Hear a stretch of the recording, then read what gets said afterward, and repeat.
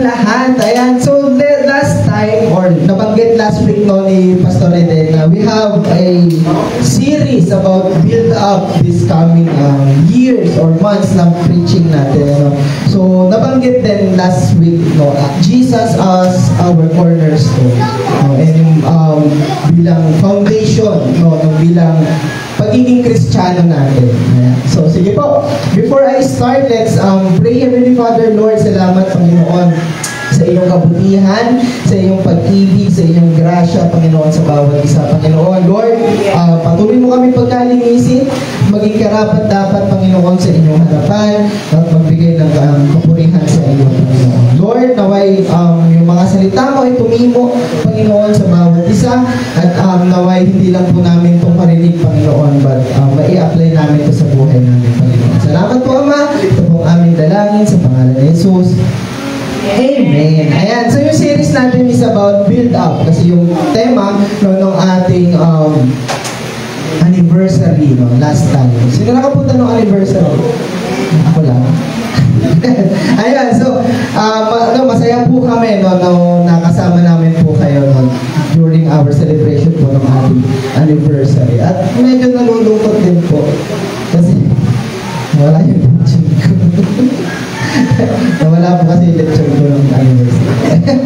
So, kumain noon. Hindi, masaya siya.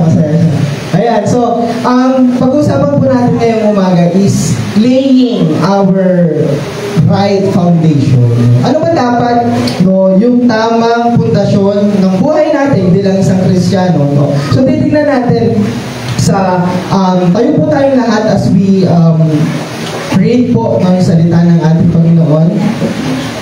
Bilang paggalang po sa salita ng Panginoon. So, ang babasahin po natin ay nasa 1 Corinthians 3. So, in verses 10 to 15. So, ako po muna, tapos kayo po, then ako, tapos kayo po. So, verse 10, by the grace of God has given me, I lay the foundation as a wise builder, and some else is building on it, but each one should build with care. Okay po.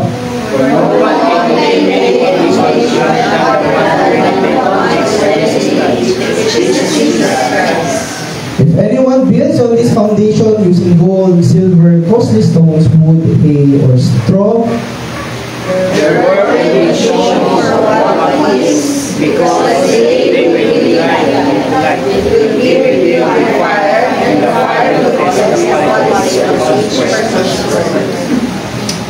if what has been built survives, the builder will receive a reward. Verse 15, if it is burned up, the builder will suffer loss, but yet it will be saved, even though only as one escaping through the flames. Makakaupo na po tayo, no? So, bigyan lang po tayo ng very background lang nung chapter 3. No? Ito ay sinulat, syempre, ng ating Apostol Pablo sa mga taga-Corinto. No? And it addressed to the leaders of the Church of Corinth. So, sige po, next slide po. No? In verses 1 to 4, Paul rebukes spiritual maturity and worldly division. No? In that chapter, yung bungad ni Apostol Pablo sa mga leaders ng Church of Corinth, hindi ko kayo makausap as godly people. No? Kayo ay worldly pa din. Bakit? Bakit sinabi ni Apostol Pablo yun? Kasi yung mga quarrels, yung mga pagdidibisyon, yung pag-aaway-away, no? And nabanggit din doon ni Apostol Pablo, noon, binigyan ko kayo ang binibigay ko sa inyo ay gatas lamang kasi hindi pa kayo handa sa solid food. You are not ready sa solid food. Tapos inulit niya yun, indeed, you are not ready. No, parang sakit naman sa leader ka na, tapos sabi, hindi ka pa handa. Hindi ka pa handa for solid food. And the next verses, in verse 5 to 9, he explains that ministers are merely servant. Paul planted, Apollos watered, but God gives the growth. Yun nga, dahil nga, nagkaroon, matigas kasi yung mga ulo ng mga taga-Corinto, andito pa din sila sa division, na, hindi, susunod kay Apollos, kay Cephas. No? But sinabi ni Apostol Pablo, we are merely servant. No? Ako yung nagtanim, Paul planted, Apollos watered. And ito yung maganda, God gives the growth. No? Amen. Ang naaalala ko, may naaalala, parang ano kasi siya, parang very, nangyayari siya sa mga churches nowadays, no? Ay, hindi. Kay ano lang ako susunod. Kay Eliasar lang ako susunod. Uy, may taga-sunod na si Eliasar. King Eliasar. King naman si Eliasar. Sana, oo. Diba? Hindi, sa kanya lang. Ay, kay Pastor Franklin lang ako susunod, no? But sinabi ni Apostol Pablo, in-address niya na those people ay servant lang din naman. No? Ang dapat na sinusunod natin, ang mainly sinusunod natin is yung Panginoong Jesucristo. No? So in verse 10, the church is compared to a building, and Paul emphasizes the need to build on the right foundation, which is si Jesus Christ. No? Yung building daw, literally, tingnan natin, no? I-picture out natin sa mga, ano ba, may mga nagmason ba dito? Si Asher Olo, ano to eh? Mason ako. Ay, di ka ba nagmason? Foreman. Ay, si Eliasar, ganyan, grabe yan. O, siyan. Yung pagtitik-tik ng ano, buti ng isang araw, ayan. Mason. Ayan. So, picture out natin yung building, no? Mas tinetest muna nila, no, yung field or yung lugar na pag tatayuan nila ng building. Then, ano yung inuuna nila? Second floor, third floor ba? may napanood akong ganun eh, foreman, the third floor kagad yung pinapatayo. Ayan, so, di ba, kailangan muna natin makita, mahanap, i-build o i-lay, no, yung right foundation natin. No? Which is, sinabi naman ni Apostol Pablo, si Jesus Christ. Ayan. Next, in verse 16 to 17, believers are God's temple and He dwells in them. Nabanggit din to, no, ni Pastor Brethren last time, no, sa kanyang preaching. In verse 18 to 23, true wisdom comes from God, not the Word. Everything belongs to Christ, and Christ belongs to God. So, again, ayan, next po. Buti na wala ka agad. Napilit ko. Sige po. Ayan. So again, tingnan natin, no, laying the right foundation. No? Tingnan natin, kanino ba dapat natin ilagay, ilapag, i-layer yung foundation na meron po tayo. No? So next, so, yan po. Point number 1 po natin, the builder's grace. According to the grace of God, which was given to me, Apostol Pablo, as a wise master builder, I have laid the foundation. If tinuturing natin yung sarili natin na wise, no, i-acknowledge natin na ay ito'y grasya ng Panginoon, no, dahil ako ay wise at inilagay ko yung tamang pundasyon na meron ako, which is si Jesus Christ. So Paul recognized that his ability build comes from the grace of God, not his own skills, wisdom, yung knowledge niya. Hindi, galing yun sa Panginoon. So every leaders, pastors, preachers, ba, mga ano ba, minister coordinators natin, ayan, no, only because of God's enabling grace, kaya tayo nasa tamang pundasyon. At meron tayong tamang pundasyon. Ayan. So next po, we must recognize that serving and building sa ministry, sa family, sa school, sa character na meron tayo, sa work, no, na meron tayo, begins with grace, not pride. we must recognize that serving and building begins with grace, not pride. Sabi ni Apostol Pablo, according to the grace of God and a wise master builder. No? Kung gusto natin maging wise master builder, acknowledge natin na, ay, ito lahat ng to nangyayari sa akin ay grasya ng Panginoon. Sa tulong, sa kagandahang loob ng ating Panginoon. Kaya ako ito nagagawa. Kaya ako meron neto. No? Kaya ako nakakapag-serve. Kaya ako na-build yung foundation na meron ako dahil sa grasya ng Panginoon. Ayan. Next, for the right, sabi doon, for the right foundation starts when we rely on God's grace, not human ability. Again, the right foundation starts when we rely on God's grace, not human ability. Minsan kasi, nagbibuild tayo ng foundation sa buhay natin ng mali. Akala natin tama. Again, yung mga enabling environment na meron tayo, no, yung mga environment ng family natin, mga background natin before, nakakala natin those foundations, no, ay maganda na, okay na to. Hindi naman shaky, matibay naman ng konti, no, pero hindi pala yun, no. At the end of the day, yung grasya pa din ng Panginoon, yung kailangan natin. Yung tamang pananampalataya, genuine faith sa Panginoon, yung tamang foundation natin, no, sa buhay natin. Yung pundasyon mo sa relasyon nyo, it will be shake, no? Ano yan, sa 7.4 magnitude yan. No? But yung foundation na inilay natin sa Panginoon, kahit anumang magnitude, intensity, no, hindi yan masisira. Hindi yan masisira. So, alam niyo yung blueprint? Color blue siya, na may print. Ayan. Ayan, blueprint. Ayan. So, ano to, ito, si Asher, si ano to, familiar to kay Asher yun. Actually, sa atin naman lahat. No, kay Pastor Redem. Blueprint. Yung print na blue. Blue. Printin sa blue na papel. Blooming. Ayan, so blueprint, ito yung ginagamit. Plan siya, actually, floor plan. Ginagamit siya sa mga architecture, sa mga engineering, no? Para sa pagbuo ng bahay. No?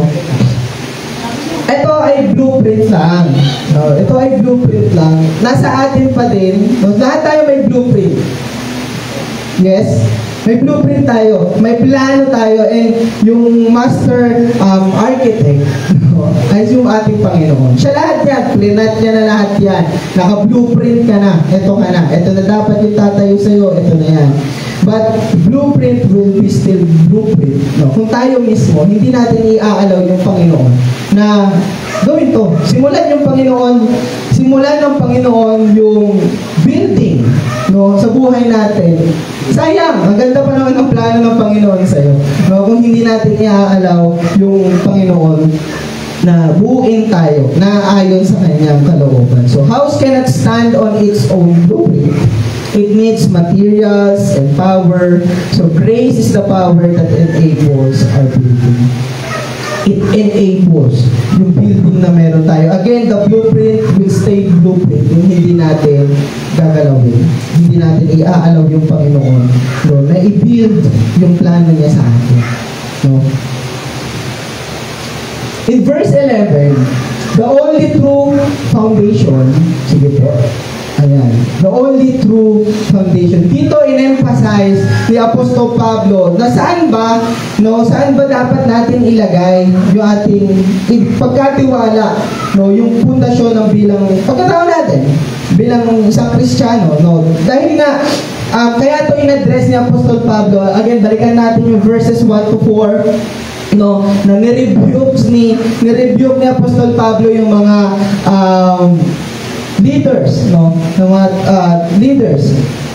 Biruin yung leader ka na, sinabi ka pa, hindi ko kayo makausap as godly people kasi para kayong mga namumuhay pa rin sa mundo kasi nga sa pagkaaway-away, pagdidibisyon, no?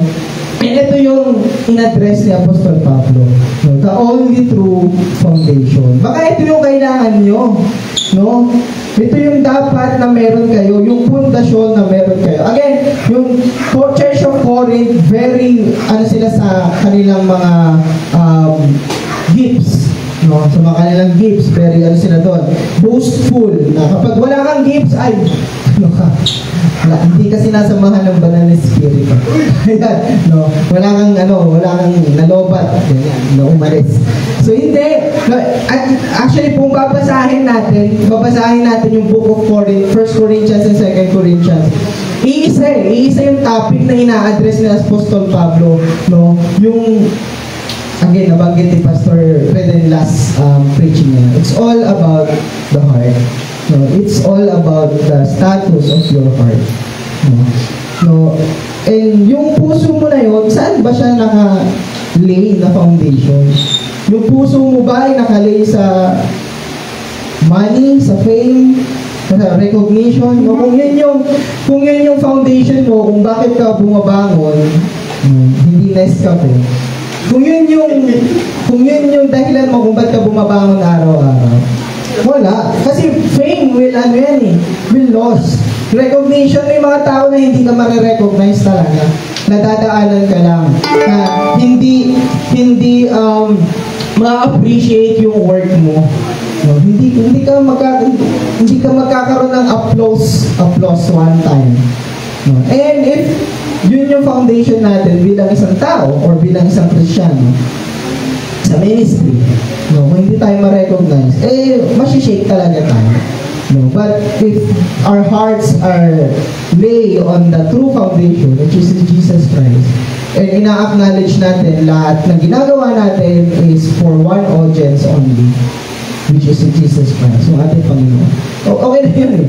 Sapat na yun na hindi ko ginagawa yung best ko para sa tao na kapaligid sa akin. Ginagawa ko yung best ko kasi naglilingkod ako sa Panginoon.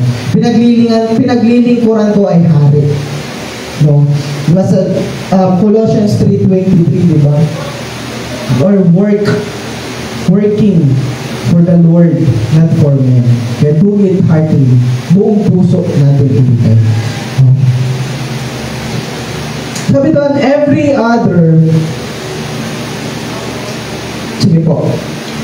other foundation, ayan, fame, success, money, relationships, good works will fail, but Christ remains firm forever. It remains firm forever.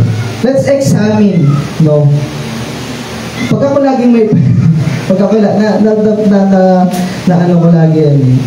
napansin ko. Pag ako nagsasalita, let's examine. Examine our yard. Let's examine yung puso natin, yung buhay natin, no? What are you really building on? Ano ba yung binibuild mo sa buhay mo? No? Kasi, minsan, kahit anong ganda, yung pundasyon na meron tayo, at mamaya mabadadaanan natin, no? Kung anong ganda ng pundasyon na meron ka, it's up to us kung anong materialis na gagamitin natin sa pag-build ng structure. Diba sabi doon, may gumamit ng gold, ng silver, ng straw, ng hay, men.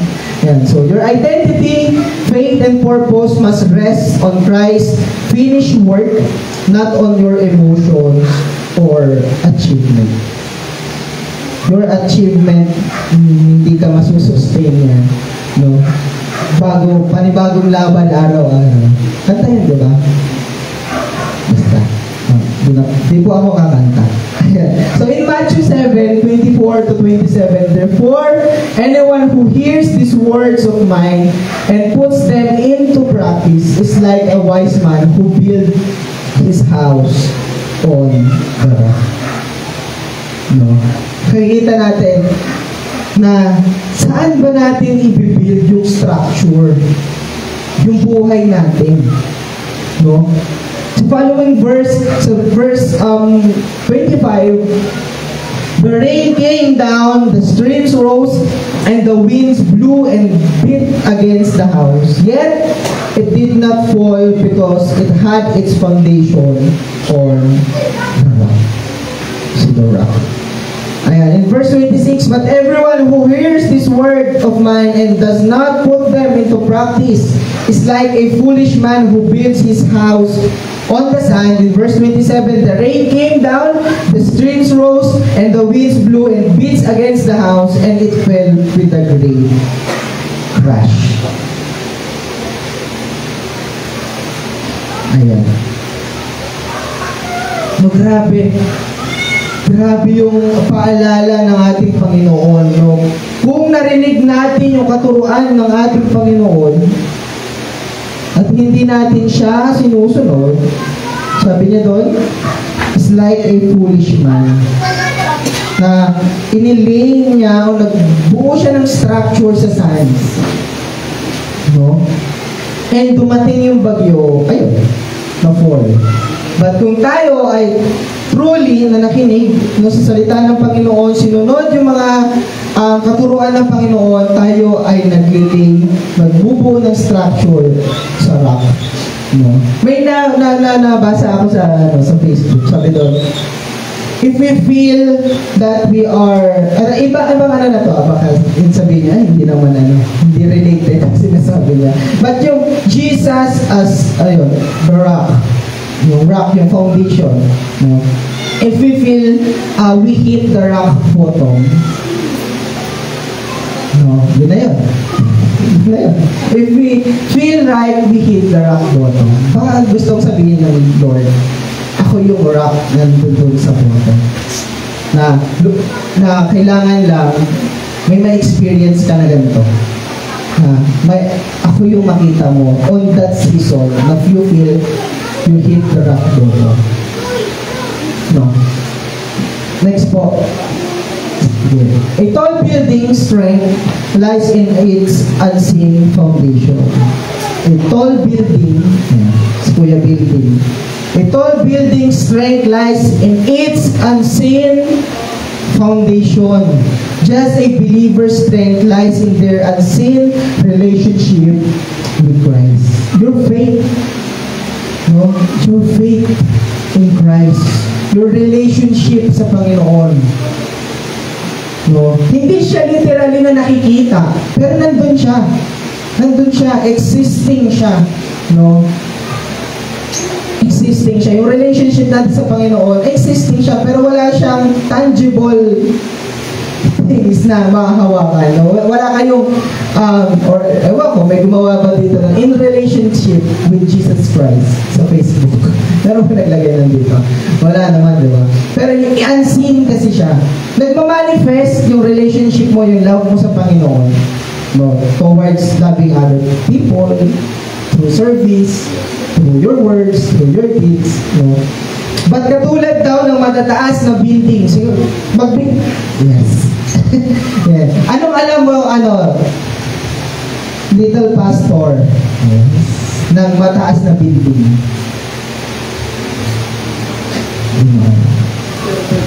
Pure gold. BGC.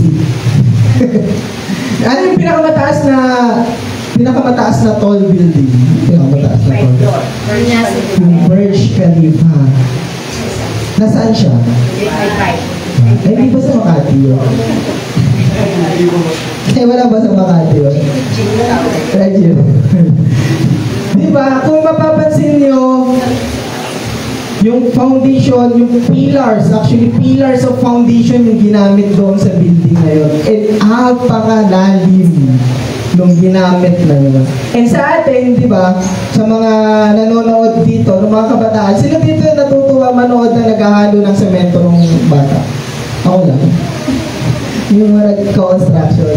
Tuwag-tuwa tayo manood na lang yan. Di ba? Ako kasi, yung mga kapitbahay namin dati, nag-aan sila. Papatayo sila ng bahay.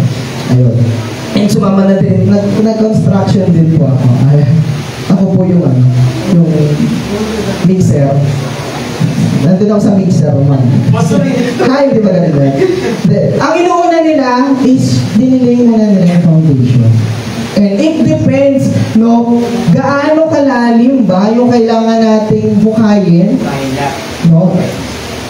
I-lay i-build yung foundation natin. Siyempre, it depends yun sa tallest, sa taas ng building na ilalagay natin. No? Just us. No? Bilang mananampalataya sa Panginoon, we need to deepen yung relationship natin. Hukayin yung relationship natin para i-lay yung foundation natin sa Panginoon. Mas paladinin, patatagin yung pundasyon na meron tayo. Yung love, fellowships, sound doctrines, no? Mga knowledge and wisdom, dapat yun malalim. Pundasyon yun, which is si Jesus Christ, lahat ng yun. No? Hindi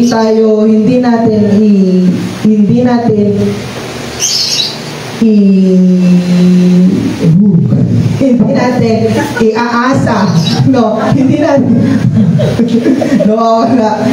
wala siya, ayan, hindi natin iaasa or ipuput yung confidence natin sa kapwa lang natin sa kapwa natin Kristiyano lang.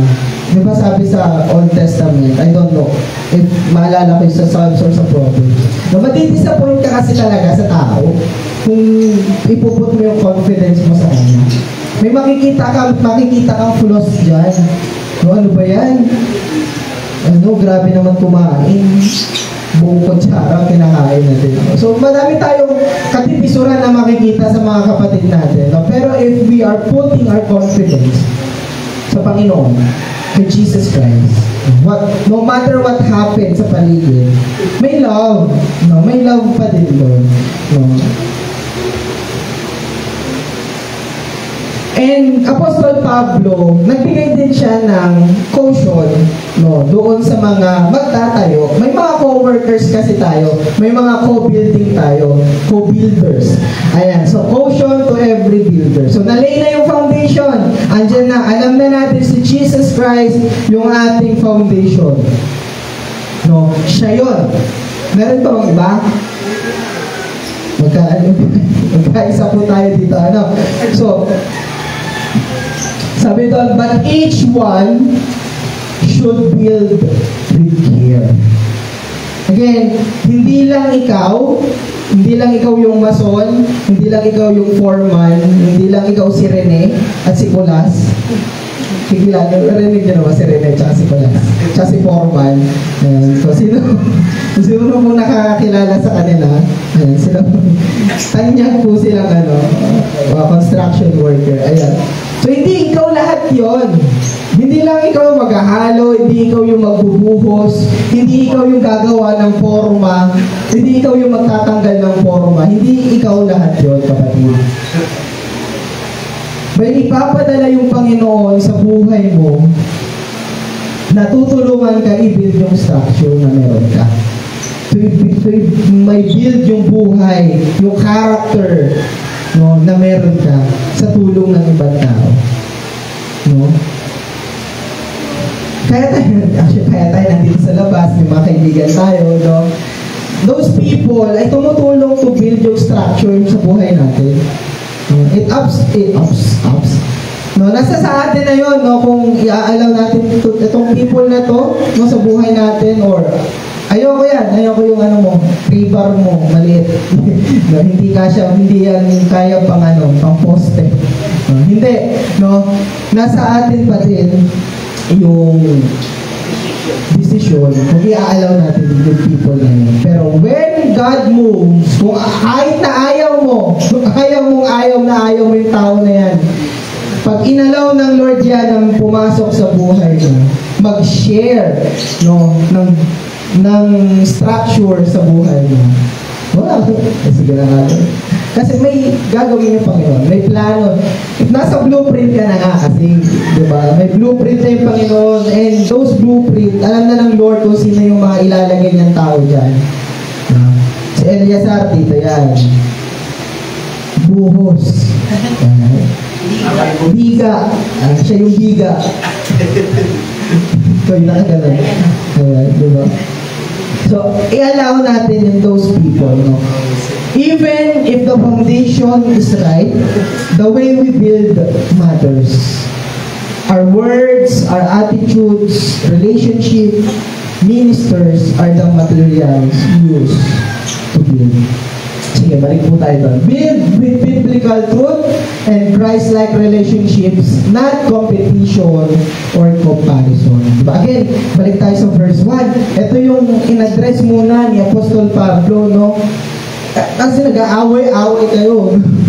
Nag-aaway-aaway kayo dyan.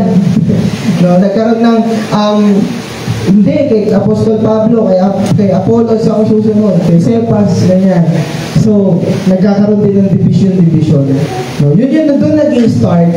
Yun, division. Ayan.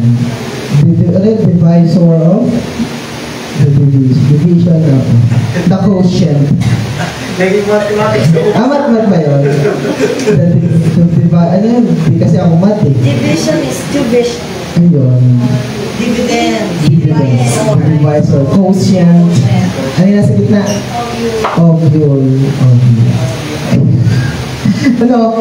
Again, the foundation is right. Alam natin, mayroon tayong knowledge. The foundation is right. But the structure, yung materials na gagamitin natin to build the structure, dapat tama din. Naaayon din siya. No? Again, yung foundation is unseen. Ang foundation ay nasaan? Eliasar? Nasaan ang foundation? Nasa biga? Yung building. Nasaan ang foundation? Sa ilalim ng lupa. Hindi nakikita. Ang nakikita, yung structure. No? Kahit apakaluwag ng ganda ng foundation mo, but Kailangan tibay. dapat matibay din, no, yung pagkakagawa natin sa structure na meron ka. Hindi yung basta-basta lang. Okay na to, okay yung foundation ko. 50 million yung inilaan ko dito sa foundation ko. Pero yung structure na ginawa natin, ano lang, Coco Lumber. No, wala namang masama sa Coco Lumber. Pero the way na ginawa, kahit gaano ka, steel bar pa yung ginamit mo, pero the way you build that structure, it matters. No?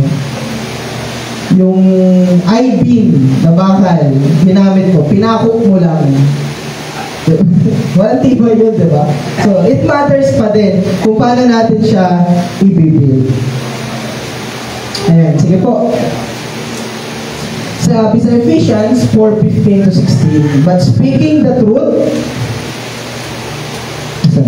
but speaking the truth in love may grow up in all things into Him who is head, Christ, from whom the whole body, joined and knit together by what every joint supplies, according to the effective working by which every part does its share, cause growth of the body, of the edifying of itself. Sa Tagalog, sa halip, sa pamamagitan ng pagsasalita ng katotohanan, sa diwa ng pag-ibig. The truth hurts. Tama? Pag sinabihan ka ng totoo, masakit talaga yan, kapatid. Oo. Pero sabi doon, sa diwa ng pag-ibig. No. Pwede kang magsabi ng katotohanan. Minsan kasi yan, sakit talaga ng katotohanan. And yung the way pa sinabi, ano ba?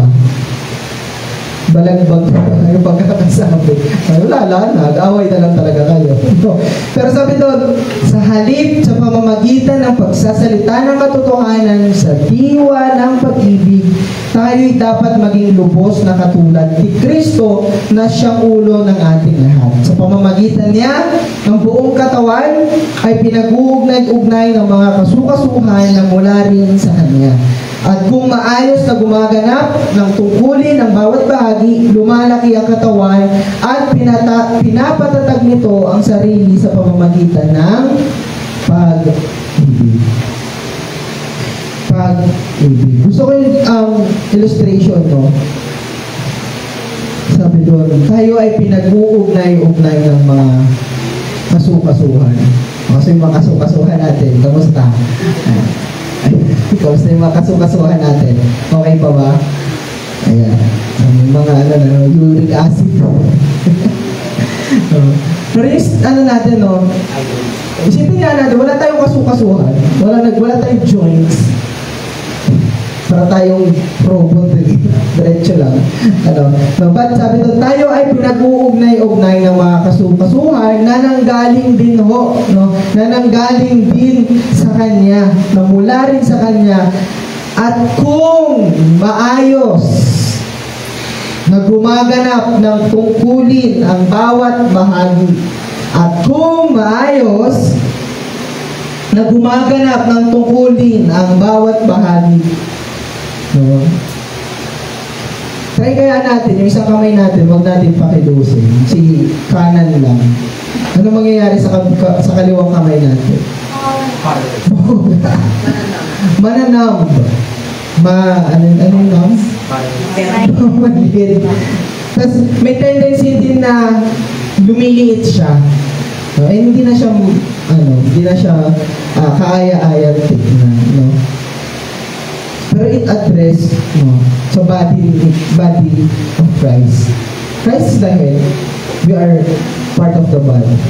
No? I-address na, at kung maayos, na gumaganap ng tungkulin ng bawat bahagi, lumalaki ang katawan. Sino gusto mong lumaki ang katawan? But the body of Christ, tayo mismo, no, tayo lumalaki. Not only in quality, but quantity. No? Not only in quantity, but the same. No? Na dapat ini-aim natin na quantity and quality. No? Lumalaki yung katawan. At pinapatatag nito ang sarili sa pamamagitan ng pag-ibig. Yun po yung gusto ng ating Panginoon. No? Yun yung gusto ng ating Panginoon. Na patatagin tayo sa pag-ibig.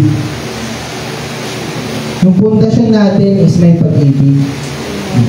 Yung pundasyon natin ay si Kristo na siyang pag-ibig. No? Hindi kung kani-kanino natin iaasa yung ating pundasyon bilang isang Christian. Sige po. Dito na po ako magtatapos. Yes. Dito na po magtatapos yung unang part. Series pa, Pastor, di ba? Series siya. Oo. One po tayo. Intro pa lang po ito. Oo. The reward and the responsibility. Kikita natin yan in verses 13 to 15. Sige po. The reward and then the responsibility. Their work will be shown for what it is. Again, unseen yung foundation, but the structure will be seen. Your work will be seen. Sige po, balik po. Their work will be shown for what it is, because the day will bring it into light. It will be revealed with fire, and the fire will test the quality of each person's work. Next. If what has been built survives, the builder will receive a reward. If it is burned up, the builder will suffer loss, but yet will be saved, even though only as one escaping through the flames. No. God will test every believer's work. May testing yan. May testing yan sa buhay natin. Dadating yan sa buhay mo. No? God will test everything believers work. Building on Christ brings eternal rewards. Building on Christ bring eternal reward. Building on self bring loss. No? Sabi sa Matthew 16:25, for whoever desires to save his life will lose it. But whoever loses his life for my sake will find it. If we build our foundation sa Panginoon na, wala naman lugi sa Panginoon. At least, yung confidence ko nasa Panginoon. Ano man mangyari sa buhay ko, andyan yung Panginoon, alam ko, tutulungan niya ako. Tutulungan niya ako. Build for eternity, not for temporary recognition. Build for eternity, not for only temporary recognition.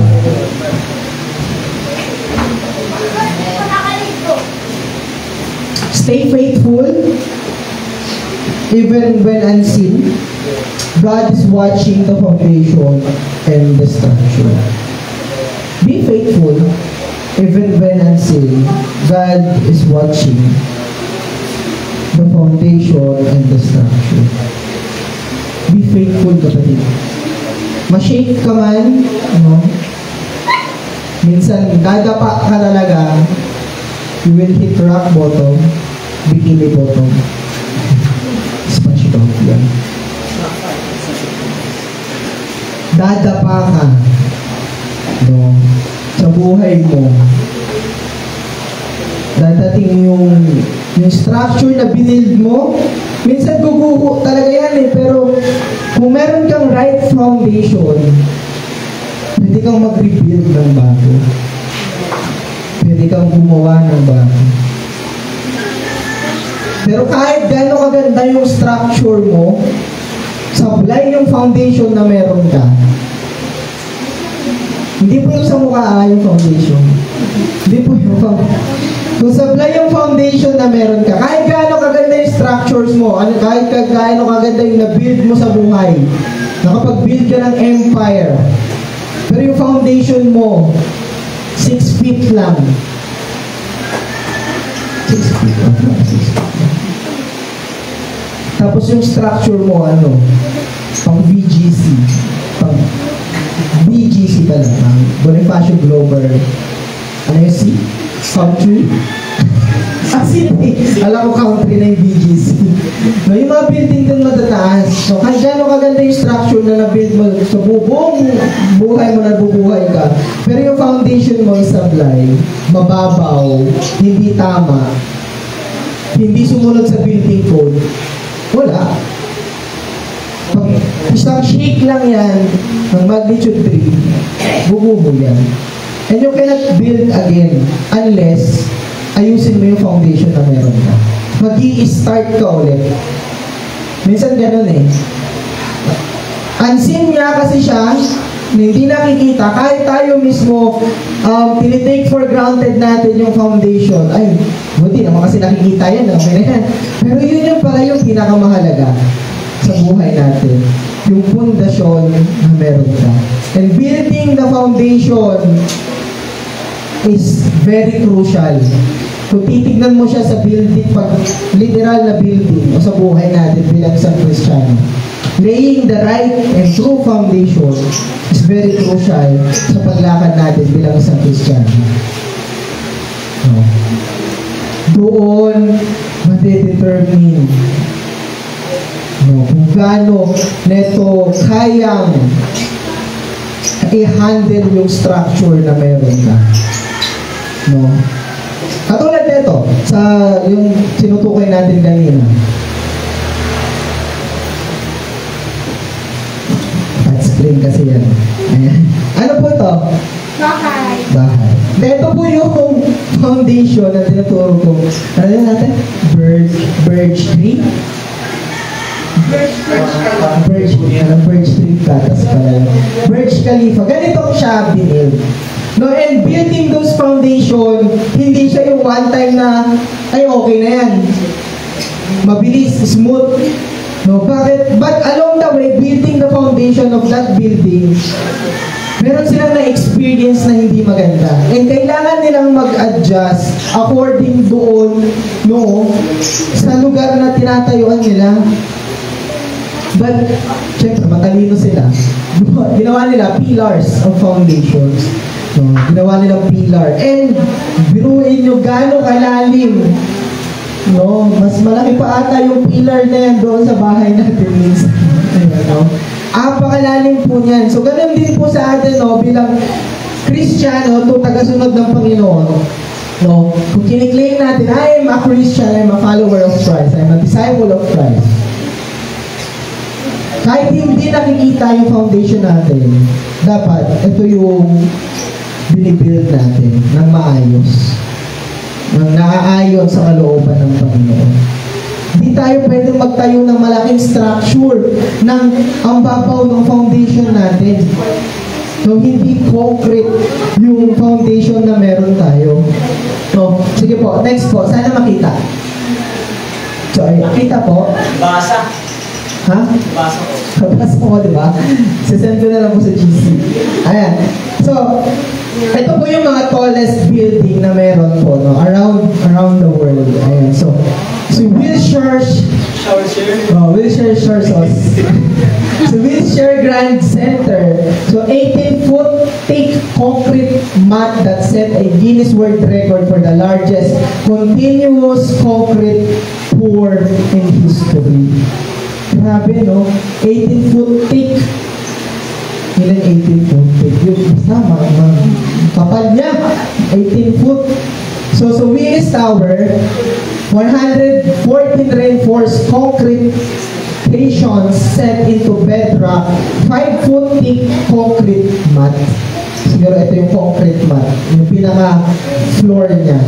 So si Taipei 101 naman, sabi doon, 4-foot thick wall extending down, 154 feet cuts of groundwater that start about 6 feet below grade, 380 foundation piers, which with 5-foot diameter. Gets po natin?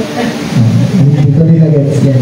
But dito pinapakita, no, gaano kataas yung structure na meron tayo, dapat naaayon at tama yung paglilay ng foundation po na meron tayo. Si One World Trade Center. Sa Pasay ko yung pastor. Hindi yun. Meron nga sa Makati yan eh. World Trade Center. World Trade Oo. May isa pa meron yan sa Makati. Oo. Shanghai Tower. Maraming Shanghai dito. So, 980 foundation piles. Each with a 3-foot diameter, 20-foot thick reinforced concrete mat. Ito si Burj Khalifa, 192 foundation piles, which with a 5-foot diameter, 12-foot concrete mat. 192 foundation piles. So, the bottom line is, nasa bottom yung foundation.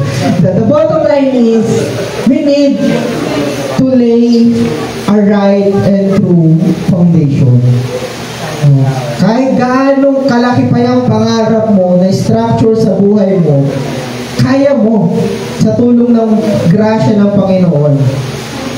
No? Kung gusto natin maging ganito kataas sa buhay natin, ilay natin yung right foundation, which is si Jesus Christ. No? So for our conclusion, ng first part po, building that lasts.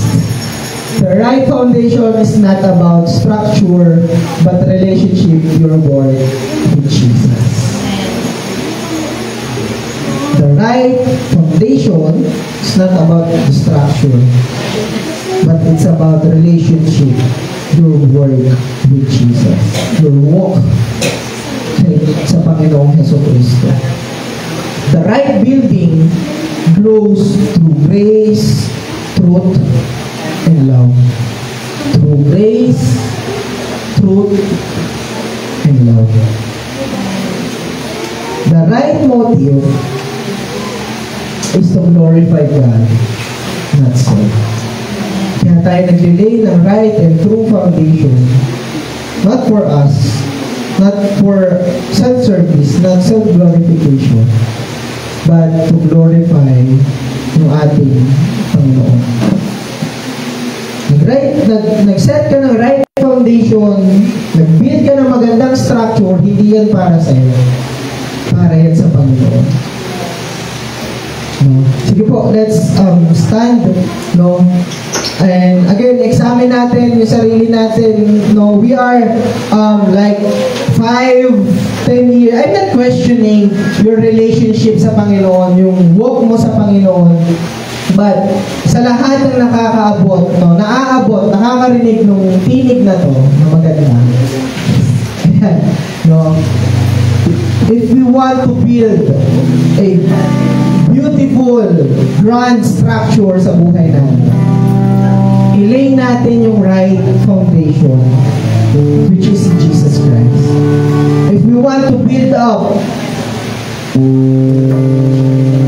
sa buhay natin, if we want to build something, relationship, sa sarili mo, on your own, sa family mo, if you want to build up sa career na meron ka, mag-start tayo sa simula. Laying our foundation sa Panginoong Jesus. Tayo po'y manalangin naman namin Diyos na makapangyarihan sa lahat. Ama, nandito kami Panginoon.